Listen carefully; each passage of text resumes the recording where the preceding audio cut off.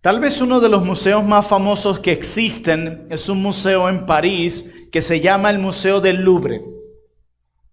Este es un museo que se ha vuelto casi que mítico gracias a películas de personas que intentan robar obras de arte de ese museo.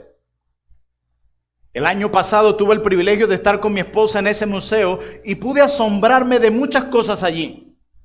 Pero una de ellas era la fuerte seguridad que éste poseía.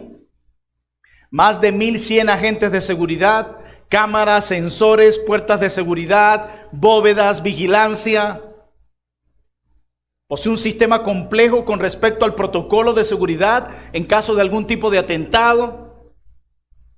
Y la pregunta que me hacía cuando llegaba a este lugar y veía todos estos protocolos de seguridad era: ¿por qué? ¿Por qué tanta seguridad en un museo? ¿Por qué tanto protocolo para entrar, salir, etcétera, etcétera? ¿Por qué? Pues la respuesta a esa pregunta es la siguiente: por el valor de las obras que posee ese museo. Entre ellas, una que está valorada en más de $300 millones, que es la Mona Lisa. Está exhibida para que todos la vean, pero al mismo tiempo protegida para que nadie la toque. Poder acercarme en ese momento a la Mona Lisa y tomar una fotografía fue un proceso muy complejo. Y así por cada una de esas obras de arte. Los tesoros que están allá adentro son los que requieren y demandan esa clase de protección. Ahora bien, hay una pregunta que debemos hacernos al escuchar esto, y es la siguiente: ¿en qué se parece este museo a la Iglesia de Cristo? En el tesoro que la Iglesia también posee. Un tesoro que han intentado distorsionar y destruir a lo largo de los siglos. Un tesoro que hace que la Iglesia sea la Iglesia. Sin ese tesoro la iglesia no existiría. Sin ese tesoro los pastores no existirían. Sin ese tesoro las misiones globales no existirían. Sin ese tesoro todas las almas estarían perdidas. ¿Y saben cuál es ese tesoro? El Evangelio de nuestro Señor Jesucristo. Ese es el tesoro que posee la iglesia. Un tesoro que tiene repercusiones en la eternidad. Y es esto lo que hace que la iglesia sea más que un museo, porque posee un tesoro más allá y de mayor valor del que posee el Museo del Louvre en París. Un tesoro que debe ser proclamado de manera fiel desde todos los púlpitos. Y un tesoro que la iglesia no puede vender al legalismo ni al libertinaje. Un tesoro que da sentido a la vida de la iglesia. Un tesoro que da sentido a las relaciones en la vida de la iglesia. Es el tesoro por el que existe también el ministerio pastoral. Y ese es el tesoro del Evangelio que hemos sido llamados a proclamar, a vivir y a preservar.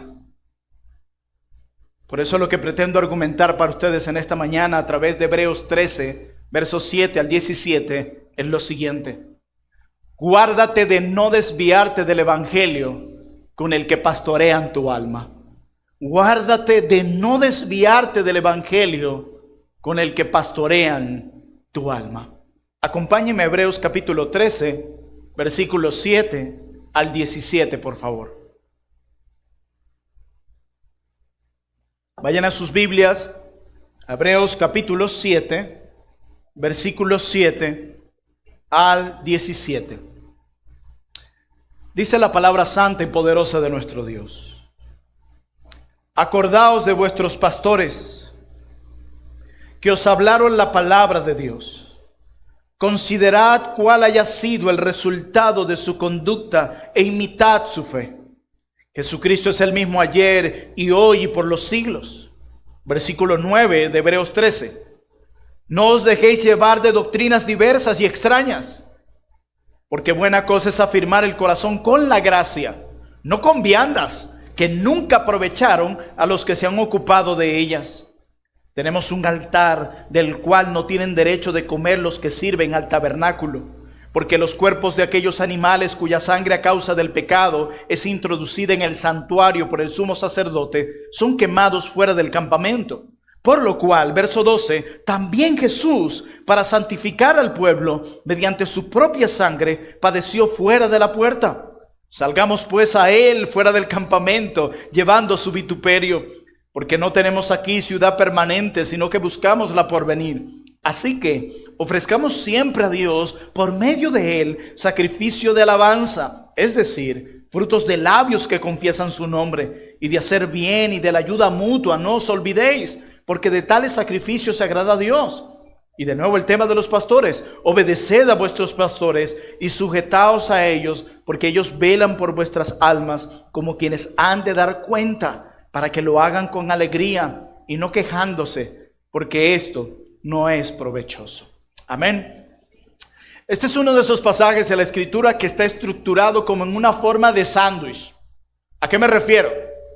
Pasajes donde al principio del texto tienes una idea, al final del texto tienes la misma idea en desarrollo, y en medio del texto una idea completamente distinta, pero que se conecta con la idea del principio y del final.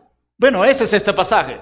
Al principio se habla de los pastores, al final vuelve y se habla de los pastores, pero en medio hay un tema que parece completamente diferente al de los pastores, pero como veremos está estrechamente ligado al de los pastores.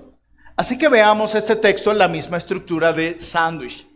Veamos en un primer punto, que va del verso 7 y verso 17, que son los panes del sándwich, si pudiéramos decirlo así. Y lleva por título: imitemos y honremos a quienes han sido fieles al evangelio. Y en la parte de la mitad, la carne, si pudiéramos decirlo así, que va del 8 al 16, lleva por título: manténganse fieles a la doctrina del evangelio. Entonces, imitemos y honremos a quienes han sido fieles al evangelio. Y en segundo lugar, manténganse fieles a la doctrina del evangelio. Sin más preámbulo, veamos el primer punto: imitemos y honremos a quienes han sido fieles al evangelio. A lo largo de los siglos, mis amados hermanos, Dios ha dado a conocer su verdad a su pueblo. Desde el libro del Génesis nosotros vemos eso. Y en cada generación Dios ha llamado y ha equipado a ciertos hombres para ser los protectores y administradores y guardianes de su verdad. Dios siempre ha determinado hacerlo así: utilizar a hombres ordinarios, o sea, comunes y corrientes, seres humanos como tú y yo, que han sido llamados por la gracia de Dios para llevar a cabo una labor extraordinaria. Siempre ha sido así. El liderazgo existe desde el Génesis, desde antes de la entrada del pecado. Tenemos al primer sacerdote, que era Adán. Dios siempre ha llamado a hombres ordinarios para llevar a cabo su misión extraordinaria. Siempre, siempre, siempre. Dios siempre ha querido dar a conocer su verdad a su pueblo. Dios siempre ha querido revelarse a su pueblo. Y ha llamado a hombres comunes y corrientes para que entreguen esta verdad y esta voluntad a su pueblo a lo largo de los siglos. Esto no es nuevo. Pensemos en los tiempos de Moisés. Desde que Moisés sacó a Israel de la esclavitud de Egipto, Dios lo llevó a un lugar en el desierto, hizo pacto con ellos. Y estando Dios allí, Dios comunicó a Moisés los términos del pacto para que Moisés lo compartiera con el pueblo, de acuerdo a Éxodo 19. Desde la antigüedad, Dios ha tomado a hombres ordinarios para llevar a cabo y comunicar a su pueblo su mensaje extraordinario. Pero eso no termina con Moisés. Luego llegamos al tiempo de los profetas. Los profetas llevaban la antorcha de la ley, guardando la verdad al anunciar lo que Dios había revelado y apuntando cada verdad hacia el Mesías prometido. En los tiempos en el que el pueblo disfrutaba de comodidad por obedecer a Dios, o en los tiempos donde el pueblo experimentaba el exilio por desobedecer a Dios, en todos esos tiempos Dios vuelve de nuevo, llama a hombres ordinarios para llevar a cabo y entregar a su pueblo su voluntad extraordinaria. Los profetas debían preparar el camino al Señor.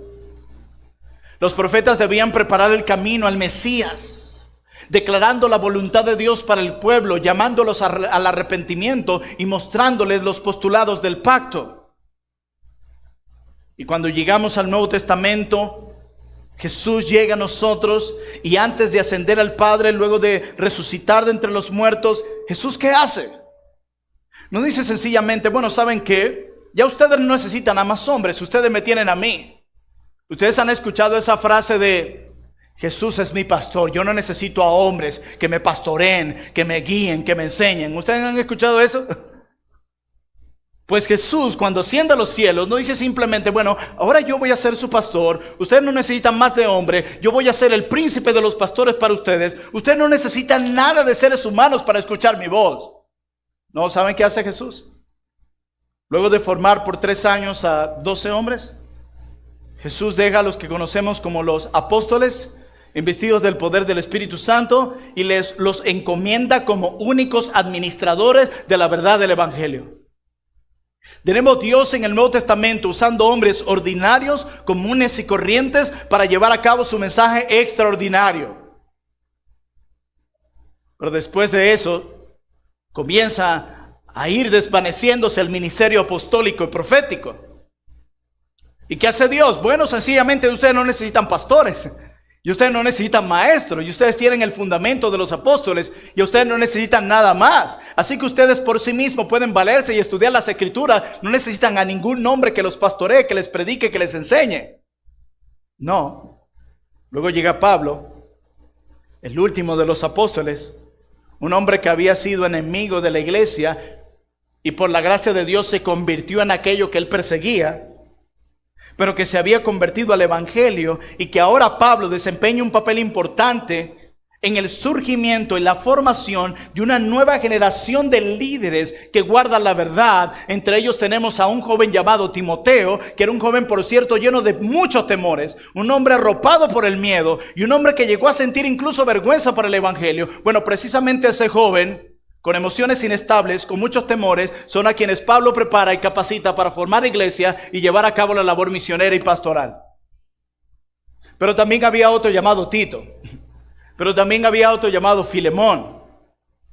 ¿Y saben qué hace Pablo con estos hombres? Le dice, y ustedes van a hacer lo mismo que yo hice con ustedes. Van a formar a la nueva generación, los van a entrenar para que de ahí salgan futuros pastores, porque de acuerdo a Efesios 4, Dios dio a su iglesia en forma de regalos, como decía nuestro diácono Rubén Ciso, apóstoles, profetas, pastores, evangelistas y maestros. A ellos los envía a establecer pastores en cada iglesia para que estos sigan cumpliendo el mismo deber de ser guardianes del Evangelio. El mismo deber de ser guardianes de la verdad. Así que los pastores pertenecen a ese linaje que viene desde Génesis, de ser guardianes de la verdad. Dios, de nuevo, aún hoy, desde el pasado, desde antes de la entrada del pecado, le ha placido llamar a hombres ordinarios, comunes y corrientes para llevar a cabo su misión extraordinaria.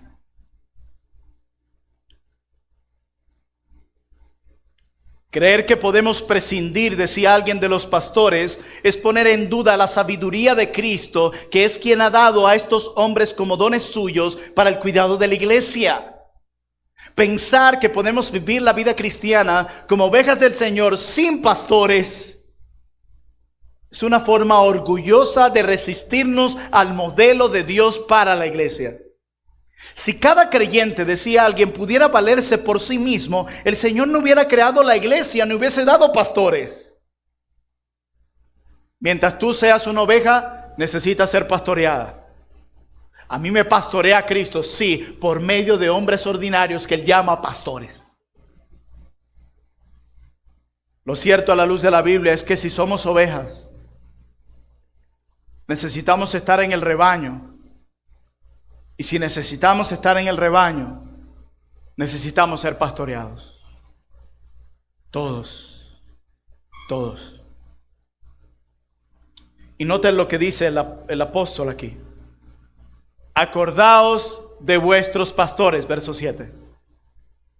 Versículo 17, obedeced a vuestros pastores.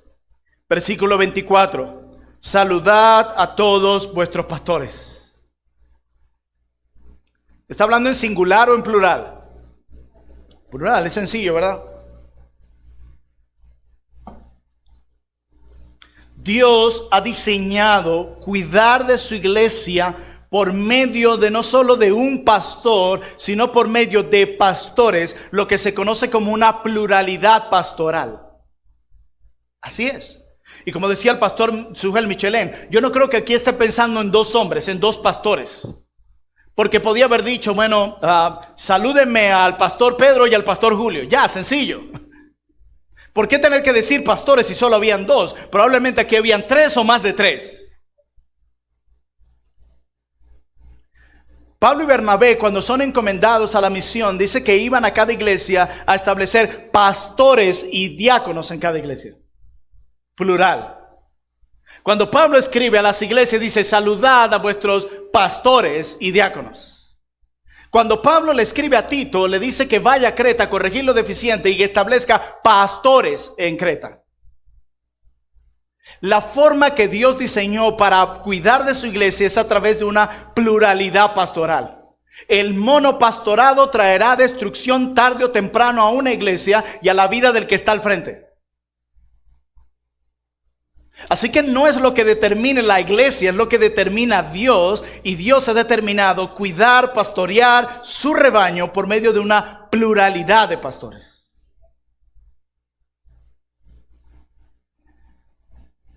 La mayoría de ustedes vienen de iglesias, de diferentes iglesias.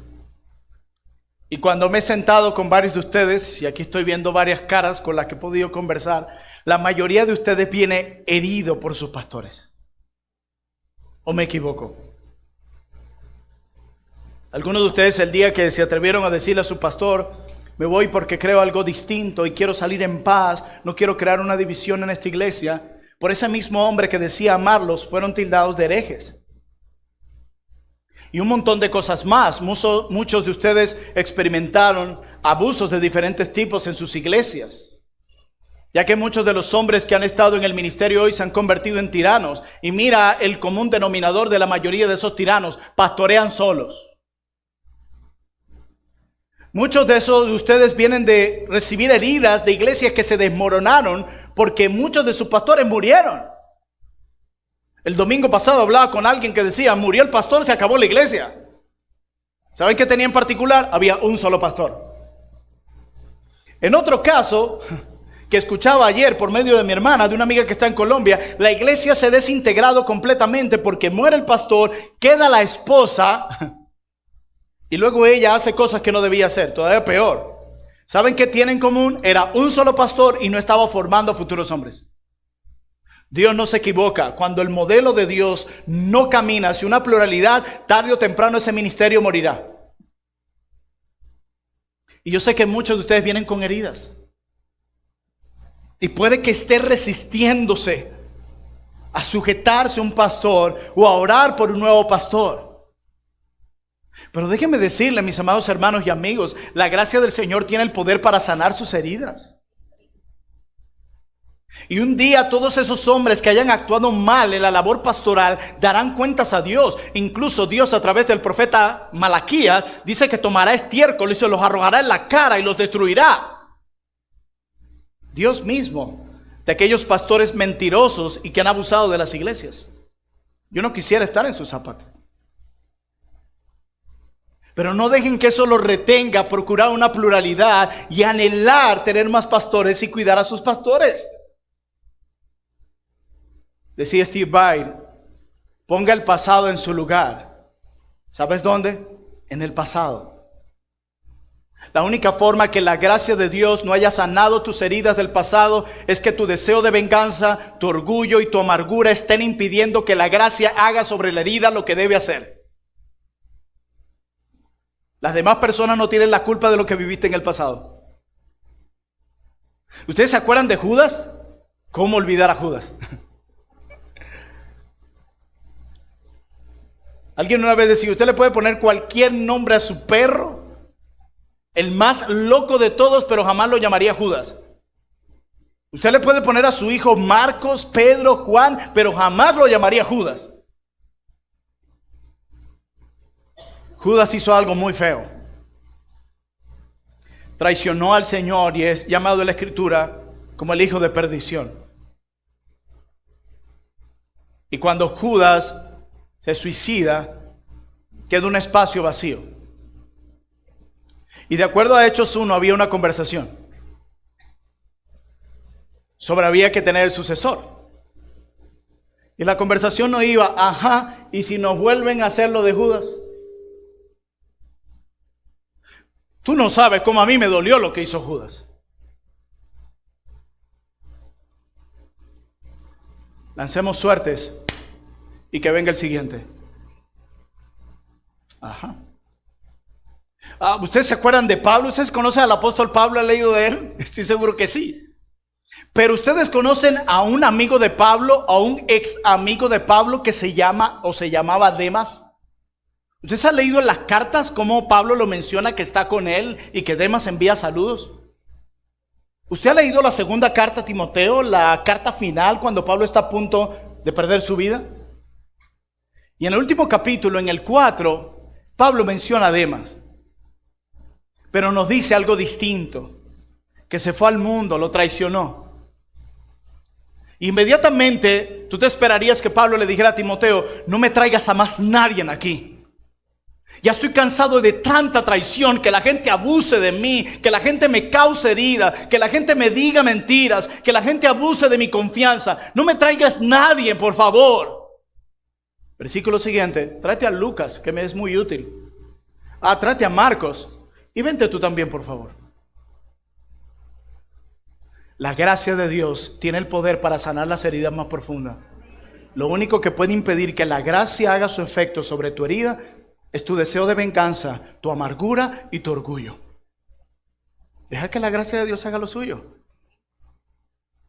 Y no dejes que el pasado evite que en el presente Dios sea honrado. Dios ha diseñado a su iglesia para que funcione con un grupo de miembros que son creyentes, salvados por la gracia de Dios, y una pluralidad pastoral. No uno, sino varios pastores.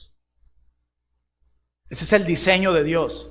Y no es opcional, no es de acuerdo al contexto, no es de acuerdo a la cultura. Es mandamiento divino tener una pluralidad. Una iglesia que no lo hace está desobedeciendo a Dios. Y puedes hacerte un montón de excusas en tu cabeza para calmar tu conciencia, pero es mandato divino. ¿Quieres que el evangelio se siga esparciendo y que tus líderes sean protegidos? La mejor forma no es el miedo. De hecho, yo no sé, ¿ustedes han leído la parábola de los talentos? ¿Ustedes han visto que alguien no puso a producir un talento? ¿Se acuerdan? ¿Y cuál fue la respuesta que dijo él? ¿Que por qué? Tuve miedo. El miedo te lleva a la improductividad. El miedo te puede llevar a no hacer lo que Dios te manda hacer. ¿Se equivocaría Dios en su diseño para la iglesia? ¿Eres tú más sabio e inteligente que Dios? ¿Eres tú más prudente que Dios? Acordaos de vuestros pastores, obedeced a vuestros pastores, saludad a vuestros pastores. Dios ha determinado llevar su mensaje extraordinario a través de hombres ordinarios que cuidan al rebaño de Dios a través de una pluralidad pastoral. Ya después de esto puedo cerrar mi Biblia e ir, pero quiero decir algo más. Ok, Dios ha determinado siervos aquí. ¿Cuál es mi labor? Porque eso es lo que dice el primer punto de nuestro sermón. Imitemos y honremos a quienes han sido fieles al evangelio. Miren el deber que tienen los hermanos hebreos con estos hombres. Dice el versículo 7, acordaos de vuestros pastores que os hablaron la palabra de Dios. Considerar cuál haya sido el resultado de su conducta e imitar su fe. Acordaos. Este verbo significa traer de nuevo a la mente aquello que ya sabéis o que ya sabes acerca de una persona. Dice, acordaos de vuestros pastores que os hablaron la palabra de Dios. Y en el 17, obedezcan a sus pastores que cuidan de sus almas.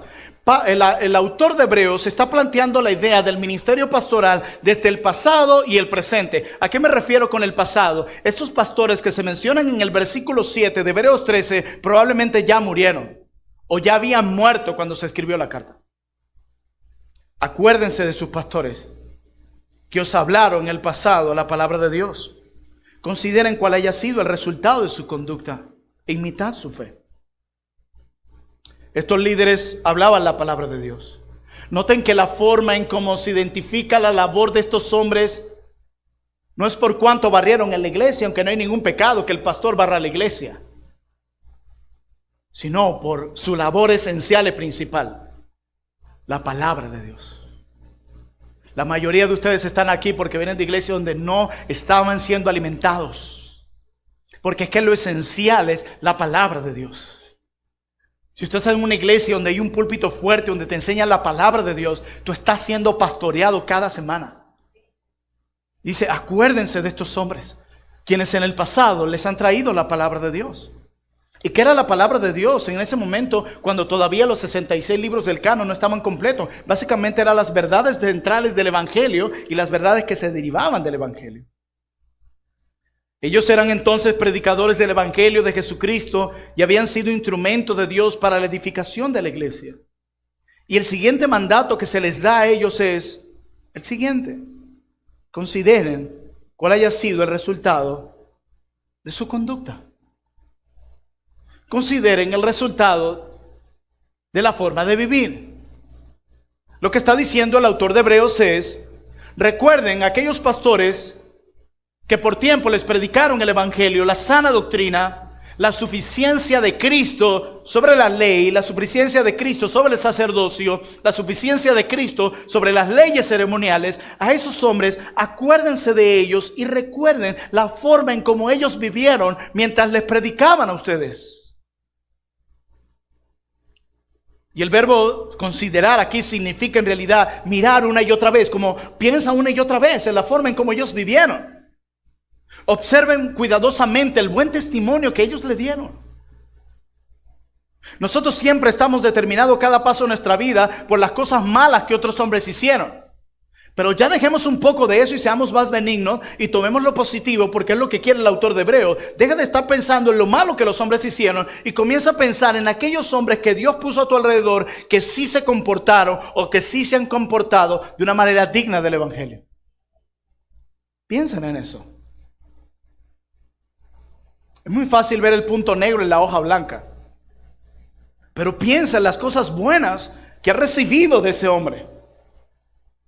No solo piensas en lo malo, en lo que debe crecer. Todos tenemos cosas que crecer. Piensa en tu pastor, dice el autor de Hebreos, en sus pastores que ya murieron, que les dieron un buen testimonio. Aprendan de ello.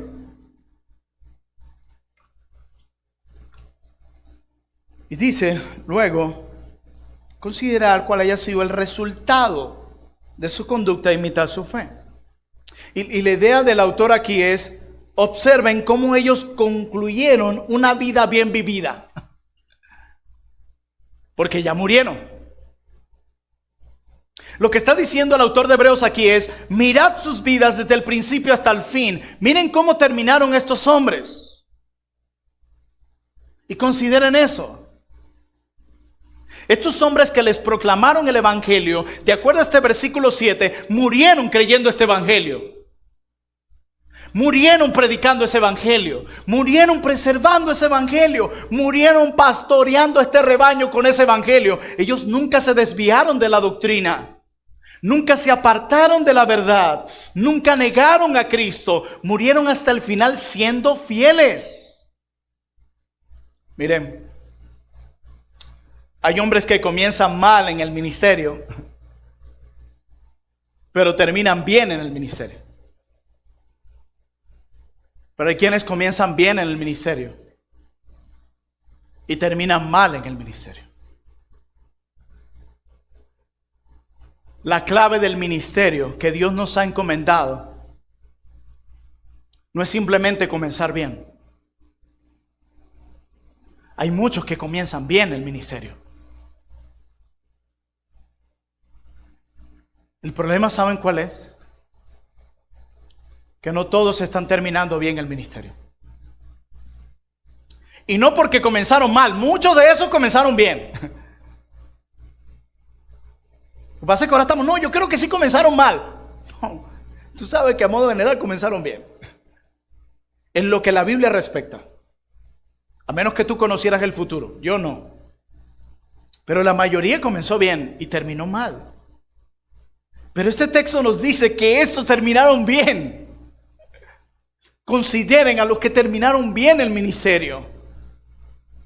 No estés simplemente mirando a los que terminaron mal. Mira a los que terminaron bien.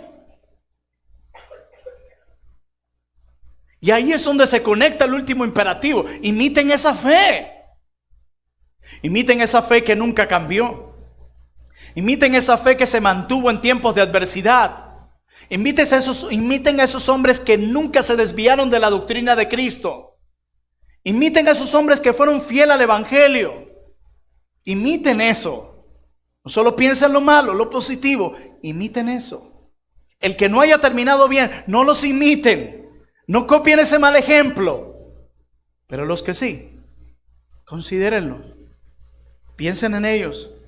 Porque ellos fueron los que les trajeron a ustedes el Evangelio, la palabra de Dios. Y cuando llegaron al final de sus vidas, ellos se mantuvieron firmes en ese Evangelio que habían profesado. Bueno, imítenlos a ellos. Imítenlos. Aquellos líderes que habían hablado la palabra de Dios en épocas pasadas ya no estaban presentes. Ya habían muerto. Se les debe recordar por su conducta y fe, dice el autor de Hebreos. Pero otros líderes en sucesión a estos hombres han ocupado sus lugares. Verso 17, ahora va al aspecto presente del ministerio pastoral, luego de pasar el ministerio pasado del ministerio pastoral. Dice el verso 17, obedeced a vuestros pastores y sujetaos a ellos, porque ellos velan por vuestras almas. Como quienes han de dar cuenta, para que lo hagan con alegría y no quejándose, porque esto no es provechoso. Aquí el escritor enfatiza tres cosas rápidamente. La primera es que se demanda obediencia a estos pastores. Hermanos, dice, obedeced a vuestros pastores. Si un pastor es un ministro dedicado de la palabra de Dios, él demuestra de ese modo que Cristo le ha dado su autoridad. Él no ha recibido esa autoridad para pastorear por parte de la iglesia. Él ha recibido esa autoridad para pastorear por parte de Cristo, el príncipe de los pastores. Y si Cristo le ha confiado la tarea de asumir el liderazgo, la gente no debe cuestionar su autoridad. Yo no estoy diciendo que obedezcan ciegamente a sus pastores. No, yo dije anteriormente que hay muchos tiranos hoy en muchos púlpitos que sencillamente quieren tener a la gente como empleados o sencillamente para abusar de ellos y quitarles dinero. Aquellos hombres que lo que proclamen desde el púlpito sea la palabra fiel. Por eso la iglesia tiene que estudiar las escrituras. Aquellos que no te están exigiendo nada que te lleve a pecar contra Dios, tú estás en la obligación de parte de Dios de seguir su liderazgo. Cuando lo que tus pastores te pidan distorsione la palabra de Dios, violente el mandamiento de Dios, adultere el evangelio de Dios, tú no estás en obligación de escuchar, ni obedecer, ni seguir a ese hombre. Pero aquí estamos hablando de hombres fieles, hombres que aman el evangelio, que proclaman el evangelio y que cada semana te pastorean con el evangelio. El pastor no es empleado de la iglesia. Él es un servidor de Cristo, como dice Pablo en 1 Corintios 4. Leí ayer un comentario que decía, hoy los pastores no gobiernan la iglesia, hoy son las iglesias las que quieren gobernar a los pastores. Por eso dice, si es un pastor fiel, si es un hombre que se debe a la palabra y ha dado testimonio de fidelidad en su hogar y en su vida, sigue su liderazgo. Si él no te está pidiendo nada que te lleve a pecar contra Dios, sigue su liderazgo. Y no es un indicativo, es un imperativo, es un mandato que el Dios de los cielos y de la tierra te está dando a ti y que si tú eres hijo de Dios debes seguir ese mandato. Pero hay una segunda cosa que dice el autor de Hebreos y es la razón de esta obediencia. Dice, porque, aquí está el conector que da razón, porque ellos velan por vuestras almas. Los pastores habían tomado seriamente la tarea que Dios les había dado. Ellos estaban cuidando de las almas de la Grey, trayéndoles pastoreo fresco cada domingo, cada semana. Esto significa que ellos realmente perdían el sueño por cuidar el bienestar espiritual de los creyentes, porque este aspecto aquí que dice el texto, porque ellos cuidan del alma, se deriva de una palabra que está conectada con insomnio. Alguien me decía, ¿qué fue lo siguiente que te pasó unos meses después de haber sido ordenado al ministerio? Yo, bueno, terminé en el Pérez Carreño con una fuerte crisis de estrés que afectó mi colon, mi estómago. Así comenzó mi ministerio. Pero recuerdo que desde un inicio yo recibí el apoyo de 9 personas, incluyendo mi esposa, que eran los primeros miembros de esta iglesia. Nunca me dejaron solo. Y no era por teléfono. Yo le digo a Katy, entraba a la habitación, yo le decía, ¿quién está afuera? Antonio, Daisy, Belkis, Maricrés, Héctor y el hermano Pedro Alburgue. Ay, mis suegros. Nunca me sentí solo. Siempre me sentí cuidado por ellos. Antonio se acercaba a mí. ¿Cómo están las cosas en casa? ¿Cómo te sientes? Muchos de ellos pusieron una bolsa de arroz en mis manos cuando no sabían que en la casa no había nada. Ellos no simplemente me decían lo que yo tenía que corregir, ellos se metieron en mi vida con amor. Daisy se ponía en la primera fila y cuando me veía hablando muy rápido, me hacía señas, cálmate. O colocaba un papel en el púlpito con mucho cuidado, me decía, cálmate.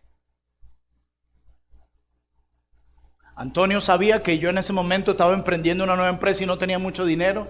Y sabía que para mí era muy difícil usar un saco, una corbata. Y un día no simplemente se dignó a criticarme, te falta corbata y saco. Se apareció con una bolsa gigante de un montón de corbatas y unos sacos. Y toma. Y con amor y gracia. Siempre cuidaron de mí y de mi esposa.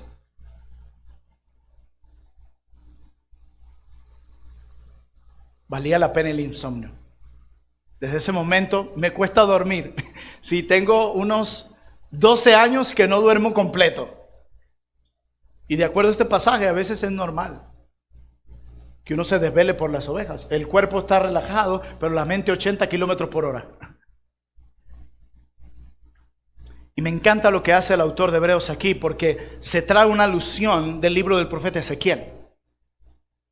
Cuando está hablando del cuidado de las almas, hablando de la labor pastoral. Y cita Ezequiel 3, 17 al 18, se los leo. Dice, hijo de hombre, yo te he puesto por atalaya a la casa de Israel. Oirás pues tu palabra de mi boca, los amonestarás de mi parte. Cuando yo dijera al impío, de cierto morirás, y tú le amonestaréis, y tú le amonestarás, para que el impío sea percibido de su mal, camino a fin de que viva. El impío morirá por su maldad, pero su sangre demandaré de tu mano. Esta es la parte que está citando el autor de Hebreos. Dios demandará la sangre del impío de tu mano si no lo apercibes de tu pecado. Como el atalaya, pero si tú los apercibes del pecado, los amonestas de su pecado, si él se pierde, ya tú estás libre de culpa. Esa es nuestra labor.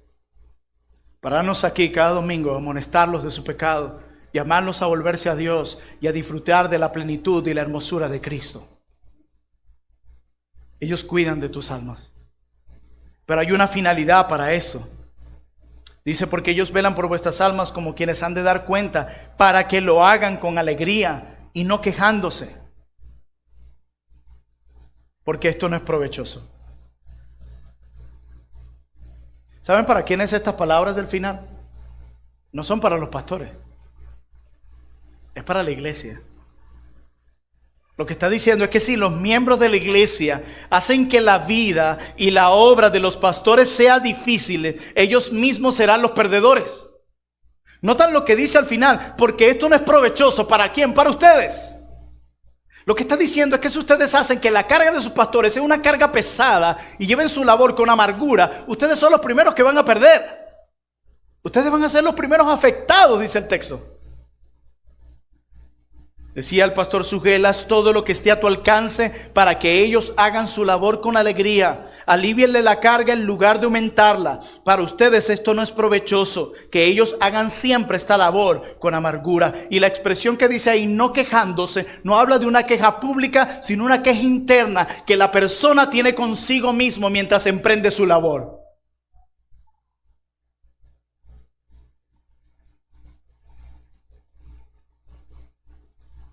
Cuando yo leo estas palabras, vienen a mi mente ovejas que han sido de bendición en estos 12 años de pastor, que me han permitido hacer mi labor con alegría y sin esa queja interna de otra vez. Pero también vienen a mi mente aquellos y aquellas que han hecho mi carga pastoral muy pesada. Aquellos a quienes uno a veces tiene que lidiar solo para saludarlo. Aun cuando el autor de Hebreos dice, incluso saludad a vuestros pastores. Y no es, hola pastor, Dios te bendiga, buenos días. No, el saludo anteriormente era ósculo santo. Un abrazo intenso, de amor, fraternal. Y uno tiene que lidiar, hermana, ¿cómo estás? Saludad a vuestros pastores. Cuando los miembros se niegan a obedecer y no les tienen respeto a sus pastores, decía alguien, la obra de la iglesia se vuelve una carga. De acuerdo al autor, esto será perjudicial para la congregación. Y vuelvo a citar al pastor Sugel. Dice, tener un pastor con el alma cargada, a ustedes no les es de provecho.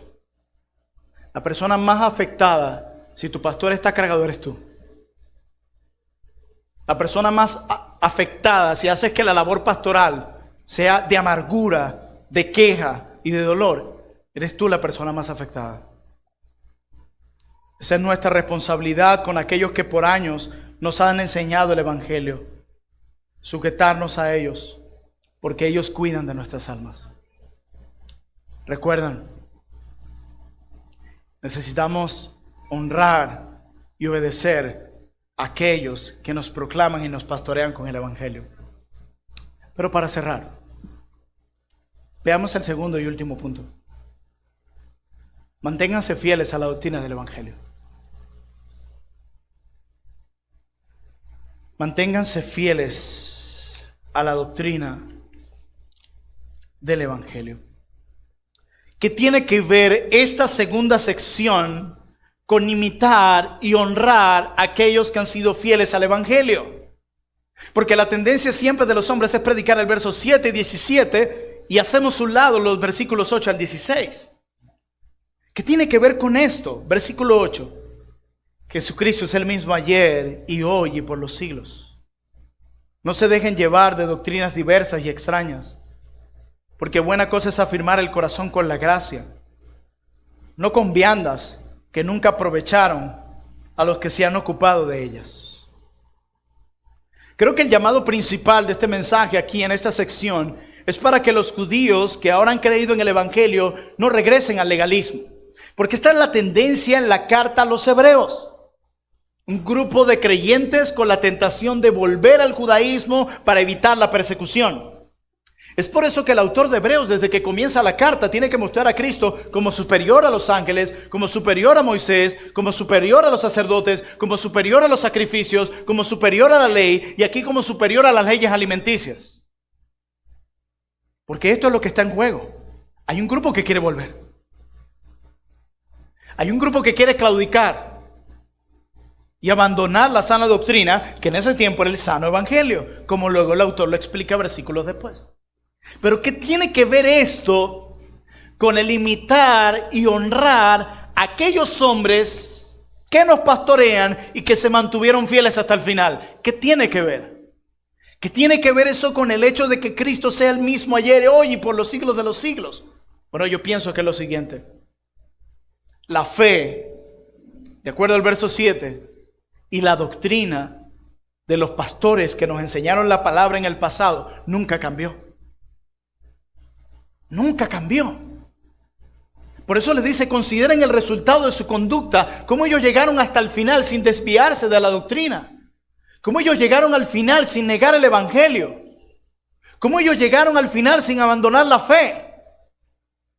Así que lo que está en el verso 7 y el verso 8 nos está describiendo de permanencia hasta el final con respecto a los pastores. Y luego dice que Jesucristo es el mismo ayer, hoy y por los siglos. Entonces, como si el autor de Hebreos estuviese diciendo, así como la fe y la doctrina de nuestros pastores nunca cambió y se mantuvieron firmes en la doctrina hasta el final, y tal como Jesucristo es el mismo ayer, hoy y por los siglos de los siglos, así debemos ser nosotros con nuestra doctrina, no movernos de ella. Así como Cristo nunca ha cambiado, nuestra doctrina nunca debe cambiar. Así como nuestros pastores nunca abandonaron, nosotros tampoco deberíamos abandonar. Es lo que dice. No dejen llevarse por doctrinas extrañas. E imiten la fe de estos hombres que se mantuvieron en la misma doctrina sana hasta el final. Porque así como Jesucristo no cambia, la doctrina sana no cambia. Una iglesia que no tiene una doctrina sana es inestable y vulnerable. Y el autor de Hebreos, ¿a qué doctrina extraña se refiere? Si usted lee los versos 9 en adelante, se refiere a las leyes alimenticias. Por eso habla de las viandas, de la comida y de todo lo demás. Los judíos estaban acostumbrados a tener regulaciones religiosas para todo. Para todo. Si no recuerda aquel evento en el Evangelio de Marcos, donde los discípulos están comiendo y simplemente como no se lavaron las manos de acuerdo al ritual de los ancianos, ya querían cortarles la cabeza. Ellos tenían un ritual religioso para todo. Todo hábito que realizaban iba conectado con algo espiritual. Y para muchos de aquellos que se habían convertido al cristianismo, era difícil para ellos ajustarse a la libertad que ahora teníamos en Cristo. Para ellos era difícil aceptar la idea que Pablo expresó en 1 Corintios 8:8, cuando Pablo dijo lo siguiente: ¿la vianda no nos hace más aceptos ante Dios? Pues ni porque comamos seremos más, ni porque no comamos seremos menos. Eso lo dijo Pablo. Y a ellos les costaba aceptar eso. Pablo les dice: la espiritualidad, la pureza y la santidad de ustedes no depende de las viandas. No depende de un plato de comida. Y esto fue difícil para muchos, incluyendo Pedro. Dios tuvo que convencer a Pedro de que las restricciones dietéticas y ceremoniales del judaísmo ya no eran válidas. Lo tuvo que convencer. Pedro llegó incluso a discutir con Dios cuando él le ordenó en una visión que matara y comiera varios animales impuros. Era difícil para una mente judía abrazar la libertad en Cristo y reconocer que en Cristo ya somos aceptados y que en Cristo tenemos lo suficiente para ser santificados. Mire los versos 10 en adelante. Tenemos un altar del cual no tienen derecho de comer los que sirven al tabernáculo, porque los cuerpos de aquellos animales cuya sangre a causa del pecado es introducida en el santuario por el sumo sacerdote son quemados fuera del campamento. Por lo cual también Jesús, declaración de propósito, para que santificar al pueblo mediante su propia sangre padeció fuera del campamento. Salgamos pues a él fuera del campamento, llevando su vituperio. En esta perspectiva hay una analogía para los cristianos. Describe aquí la idea de cómo el sacerdote del Antiguo Testamento no podía tener parte con los pecados del pueblo. Es lo que está explicando aquí. Y la audiencia entendía muy bien esto.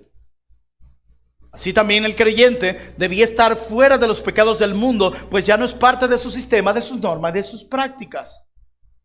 Eso fue lo que hizo Jesús, descrito de manera suprema en la crucifixión, que ocurrió precisamente a las afueras de la ciudad.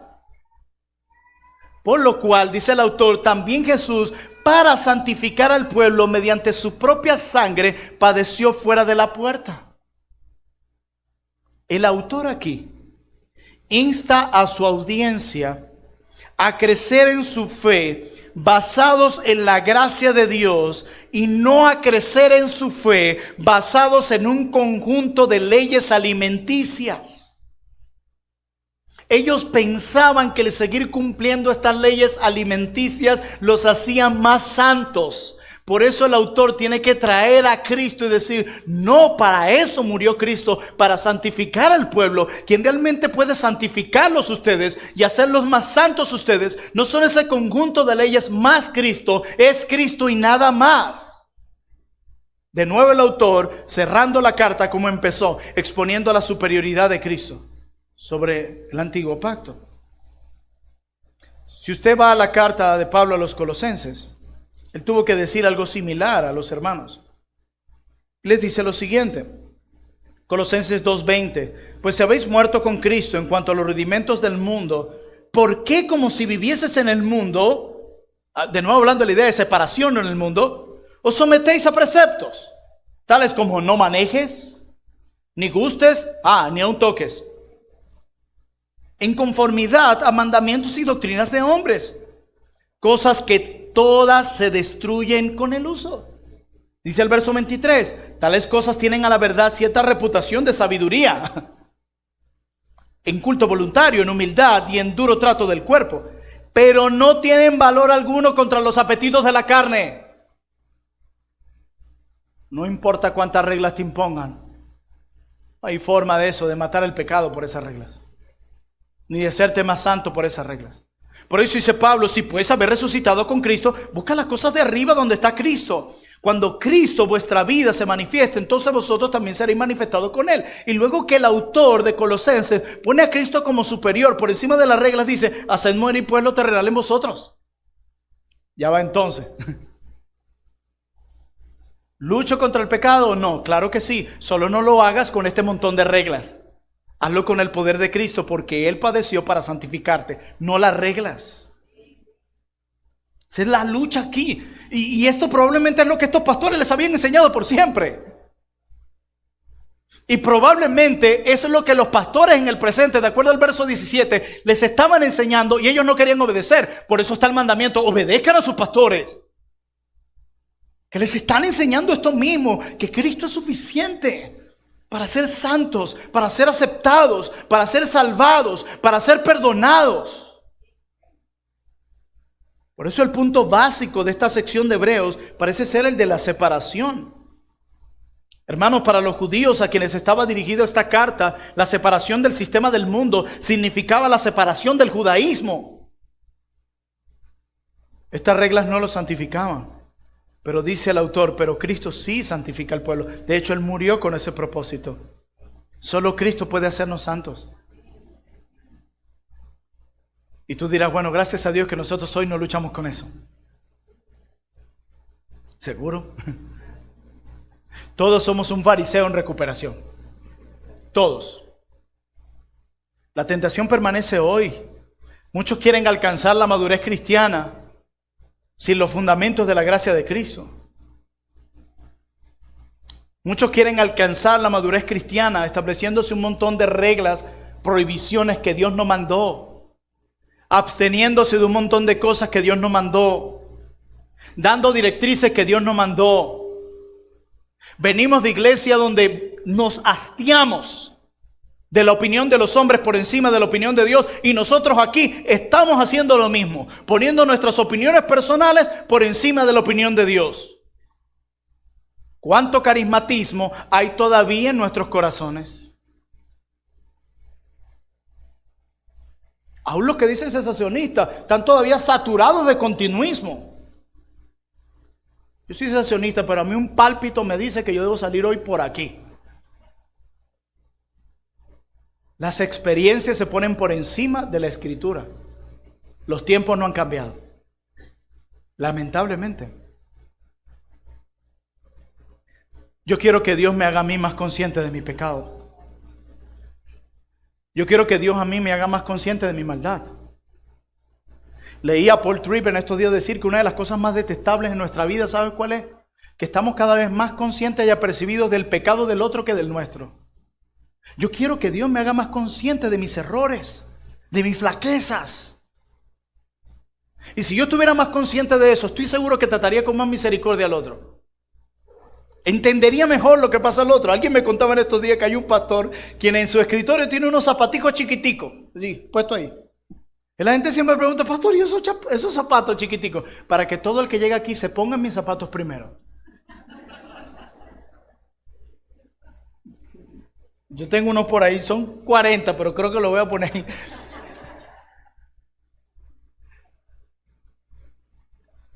Yo quiero que Dios me haga más consciente de mi pecado. Y entre más luz hay en nuestra vida, más vamos a ver nuestra maldad.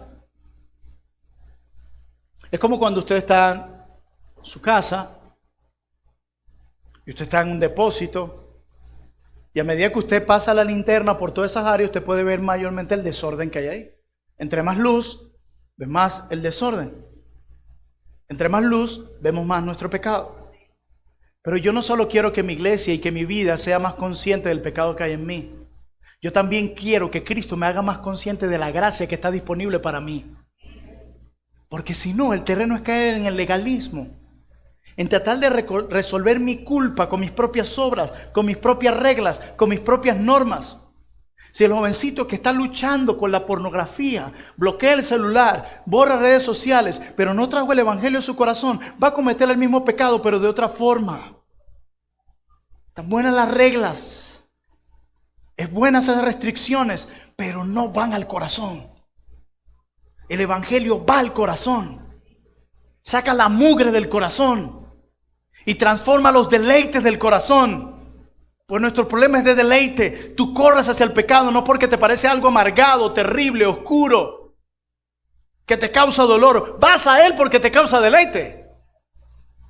Por eso esta batalla es una batalla, como decía alguien, por un deleite superior, que es Cristo. Y esa batalla no se puede ganar con reglas, sino con el evangelio. Es lo que el autor le está diciendo a ellos. Y le dice, en ese evangelio fue que sus pastores permanecieron. Hagan lo mismo. Imiten su fe. Verso 15. Así que ofrezcamos, voy a leer desde el 13. Salgamos pues a él fuera del campamento, llevando el vituperio, porque no tenemos aquí ciudad permanente, sino que buscamos la porvenir. Así que ofrezcamos siempre a Dios, por medio de él, sacrificio de alabanza, es decir, frutos de labios que confiesan su nombre. El autor apunta de nuevo a la superioridad del nuevo pacto sobre el antiguo pacto. Y esta vez a través de una explicación sobre el altar. Los sacerdotes del antiguo pacto quemaban sacrificios sobre el altar y después sacaban los restos fuera del campamento para completar la obra de expiación por el pecado. De un modo más glorioso, dice el autor, Jesús subió al Gólgota, fuera de las puertas de Jerusalén, y se ofreció como sacrificio. El autor llama a su audiencia a aferrarse al Salvador, decía alguien, quien murió en la cruz fuera de la ciudad, y a recordar que los creyentes no están en su hogar en este mundo pecaminoso. El pueblo de Dios espera una ciudad diseñada por Dios. Como miembros de esta comunidad del nuevo pacto, dice el autor, ya no ofrecemos sacrificios de animales. Ya no tenemos que seguir todos estos rituales. Pero esto podía ser chocante en la mente de una comunidad que desde pequeñito lo que han visto es sacrificio, sacrificio, sacrificio y sacrificio. Y ahora viene alguien de la noche a la mañana, me dice que Cristo es el último sacrificio, perfecto sacrificio, y ya no se requiere más sacrificio. Estoy luchando con eso. Y el autor de Hebreo le dice, no, sí hay un sacrificio más. ¿En serio? ¿Saben cuál es? Verso 15. Así pues ofrezcamos siempre a Dios por medio del sacrificio de alabanza, es decir, fruto de labios que confiesan su nombre, y de hacer el bien y de la ayuda mutua. No se olviden, porque tales sacrificios se agrada a Dios. ¿Quieres seguir ofreciendo sacrificios? Estos son. No para ser aceptados, sino porque ya fuiste aceptado por Dios. En el Evangelio decía alguien, se nos recuerda que para el creyente la santidad no es solo un deber. En el Evangelio se nos recuerda que la santidad es un derecho que se te otorga como hijo de Dios. ¿Tú habías pensado en eso? Probablemente tú siempre piensas en la santidad solo como un deber. No, Cristo compró también tu santidad en la cruz. Él compró tu santidad en la cruz. Él compró tu santidad en la cruz. Puedes, debes ser santo, no por tus fuerzas. Él compró la santidad para ti. Y un día te admirarás de la gloria y de la santidad que impregnará tu vida de adentro hacia afuera. Decía alguien, cuando veamos a los santos glorificados en la tierra, menos mal que eso va a suceder allá en el cielo, donde no hay pecado en el corazón. Porque si viéramos aquí en la tierra un poquito de cómo serás tú en el reino de los cielos, te tentarías o te sentirías tentado a adorarte a ti mismo. De lo glorioso y de lo hermoso y de lo puro que serás. No siempre serás como eres. Él pretende transformarte plenamente, pero hasta que comprendas que su obra es suficiente para santificarte, no las reglas, no las normas. Esta es la doctrina que tus pastores les habían predicado y permanecieron hasta el final. Ustedes hagan lo mismo. La iglesia tiene un tesoro mayor que el que posee el Museo del Louvre en París. Y es el Evangelio de nuestro Señor Jesucristo, a través del cual nuestros pastores han preservado y han permanecido hasta el final. Evangelio a través del cual somos pastoreados. Evangelio a través del cual somos consolados en medio del dolor y el desespero. Porque el Evangelio provee consuelo incluso, no solo para la vida, sino para la muerte. No solo para los momentos de prosperidad, sino para la escasez. El Evangelio, quita el Evangelio y no queda nada. Por eso, para aquellos que están sin Cristo, quiero cerrar con una definición del Evangelio y animarlos a creer en este precioso Evangelio. Iglesia, recuerden, guárdate de no desviarte del Evangelio con el que pastorean tu alma. No te desvíes ni a derecha ni a izquierda. Cuidado con añadir reglas y normas cuando caes. Trae el Evangelio a tu mente, tráelo. A veces olvidamos que no podemos dar fruto si no estamos unidos a Cristo. No olvides eso. Si quieres crecer en piedad, recuerda Juan 15. Separado de Él, no lo intentes. No importa cuántas reglas y normas. Cuando eduques a tus hijos, ten cuidado cómo conectas esas leyes y normas. Satúralo en el Evangelio, ora en el Evangelio y descansa en el Evangelio. Porque si hay algo que te ha permitido ver Dios con respecto a tus familiares inconversos, es que tú no tienes el poder de salvar a nadie. El Evangelio nos deja impotente para que Cristo sea suficiente. Y si estás luchando contra el pecado, espero y salgas con mucha esperanza, porque Él padeció para santificar a su pueblo, para hacerte más santo. Y la única forma por la que no hayas podido avanzar en la lucha contra tu pecado, mi hermano, mi hermana, es porque no has permanecido en la vid como deberías. Porque la promesa de Cristo es: si el que permanece en mí va a llevar fruto. Yo le imparto la vida, la fuerza y el poder, el vigor que necesitan para poder avanzar. Quizás tu problema es que te hayas rendido antes de luchar, o que no hayas luchado lo suficiente en dependencia de la vid. Todo el que pelea en su fuerza volverá a caer y peor. Aférrate a la vid. Como Jacob, no sueltes a Cristo hasta que te bendiga. No sueltes a Cristo hasta que te dé ojos puros, un corazón puro, una mente pura, palabras puras, un corazón rebosante de gozo, de alegría y de esperanza. Que ni la prueba ni la tormenta más fuerte te mueva de esa convicción de que Cristo es tu Señor. El día que eso sea alcanzado, va bien. Pero no lo sueltes. No te voy a soltar, Jesús, hasta que me bendigas con el consuelo, con la fuerza y la pureza que necesito. No sueltes a Cristo. Porque nada en este mundo tendrá el poder de sacarte en el hoyo donde estás. Nada ni nadie. Solo Jesús. Aquellos que están sin Cristo, tengo un mensaje para ustedes, escuchen. Y para ustedes como creyentes, este es un momento para que también fortalezcas tu entendimiento del Evangelio. Cito al pastor Brian Croft hablando del Evangelio y él dice: el Evangelio es la buena noticia de que Dios en su misericordia no nos deja en nuestra desesperanza, sino que envió a su Hijo Jesús para rescatarnos, para redimirnos y restaurar nuestra relación con Él, relación que por medio del pecado quedó fracturada. Jesús vino a la tierra, vivió una vida perfecta y murió una muerte expiatoria en la cruz por los pecadores, llevando así la ira de Dios en el lugar de cada uno de nosotros los pecadores. 3 días después resucitó de la tumba. venciendo a la muerte, y ahora se sienta a la derecha del Padre, gobernando sobre las naciones y esperando regresar por su esposa, la iglesia. Todo aquel que se convierta de sus pecados, crea y confíe en Jesucristo por la fe, será rescatado de la ira venidera, será perdonado de todos sus pecados, será vestido con la justicia de Jesús y será adoptado como hijo del Dios vivo. Todo esto es un regalo de la gracia de Dios para el pecador. Esta es la verdad del Evangelio. Y durante casi 2000 años, este mensaje ha sido confiado a aquellos que siguen a Cristo, en particular a los pastores. Arrepiéntete y cree en Cristo, porque en Él puedes ser perdonado, redimido y adoptado en la familia de Dios. No importa el tamaño de tus pecados, ni la cantidad de tus pecados, en Cristo hay perdón. Su gracia es mayor a tus pecados. Y hoy nosotros, los hijos de Dios, los que hemos sido perdonados, los que hemos sido salvados, vivimos esta vida por fe. Y seguimos proclamando esa verdad que los profetas y los apóstoles proclamaron.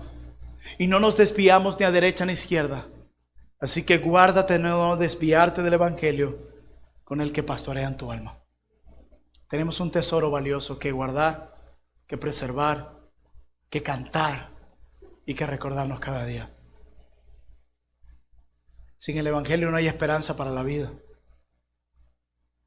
aun para el que está cansado física y espiritualmente. Sin el Evangelio no hay sanidad para tus heridas. Sin el Evangelio, ¿cómo vas a saber cómo perdonar a otros? Sin el Evangelio, ¿cómo vas a saber cómo tenerle paciencia y misericordia a otros? Sin el Evangelio, ¿cómo vas a saber cómo amar a otros? Si el Evangelio es la mayor expresión de amor. Sin el Evangelio, ¿cómo podrás morir en paz? Porque cuando no hay Evangelio, no hay esperanza para la muerte tampoco. El Evangelio es el gran tesoro que Dios ha entregado a su iglesia. Así que, mis amados hermanos, imitemos y honremos a quienes han sido fieles al Evangelio. Y al mismo tiempo mantengámonos fieles a la doctrina del Evangelio. Oremos. Gracias, Padre, por esta iglesia. Gracias, Padre, por el rebaño que me ha puesto a pastorear. Gracias, Señor, por las pruebas y el agotamiento que se experimenta en el ministerio pastoral. Un día, cuando coloques la corona sobre nuestra cabeza, podemos decir que nuestro trabajo no fue en vano. Padre, aviva tu pueblo a preservar la doctrina que ha sido entregada por los profetas y por los apóstoles. Ayúdanos a permanecer en esta buena noticia de que en Cristo hay salvación y perdón para los pecadores. Pero para que podamos aferrarnos a Cristo como el Señor y el Salvador de nuestras almas, primero debemos reconocer que somos pecadores y que merecemos la condenación eterna, y que solamente Dios en Cristo puede librarnos de esa condenación, acercarnos a Él y permitirnos experimentar su amor. Padre, ayuda a nuestra iglesia a caminar hacia una pluralidad, a ser intencional en ello, porque no es de acuerdo al contexto, sino de acuerdo al mandamiento que tú has dado, que toda iglesia completa y verdadera debe procurar una pluralidad. Acordarse no solo de aquellos que han claudicado, sino tener presente a aquellos que han permanecido hasta el final y que hasta el día de hoy siguen fieles a tu evangelio. Obedecer sus enseñanzas, a seguirlos, apoyarlos, aliviar sus cargas, a no ser de un tropiezo para ellos, para que puedan hacer su labor con alegría. Porque si no lo hacemos así, la iglesia misma será afectada. Oh bendito Dios, gracias por tu evangelio. Gracias por este tesoro que nos has dado. Gracias por Jesús, que es nuestro mayor, nuestro único y nuestro más valioso tesoro. Ayúdanos a vivir por fe en esta vida, por fe en ese evangelio y por fe en las promesas de ese evangelio. En tu nombre oramos. Amén.